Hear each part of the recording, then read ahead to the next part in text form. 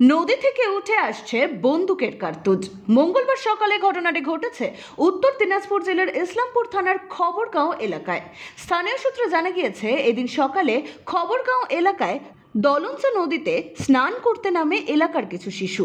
নদীতে স্নান করতে নেমে উদ্ধার হয় বেশ কয়েকটি কার্তুজ, আর সেই কার্তুজ নিয়ে শিশুদের খেলতে দেখেন স্থানীয় বাসিন্দারা। খবর জানাজানি হতেই এলাকায় চাঞ্চল্য ছড়িয়ে পড়ে। তবে কেউ বা কারা এই কার্তুজগুলি নদীতে ফেলে দিয়েছে বলে মনে করছেন অনেকেই।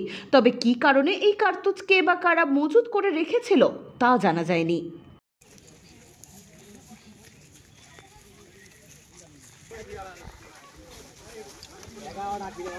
এখানে কোনো আগে পুলিশ ক্যাম্প ছিল?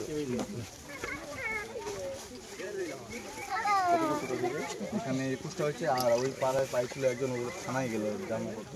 কটা পাইছিল? সাতটা মনে হয়, 6টা না 7টা এরকম।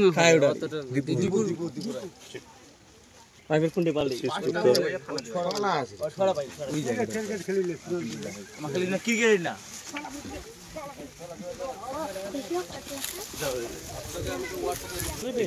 এখানে কোনো তুমি না আর কাছে যে ক্যামেরা ধরছিল ভাই, দিকে তো ক্যামেরা ধরবে ভিডিও করবে।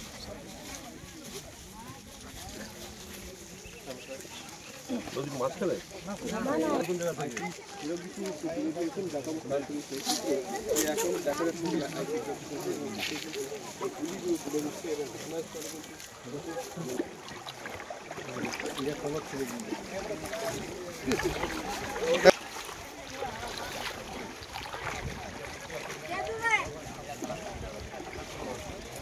একুশটা গুলি পাওয়া গেছে।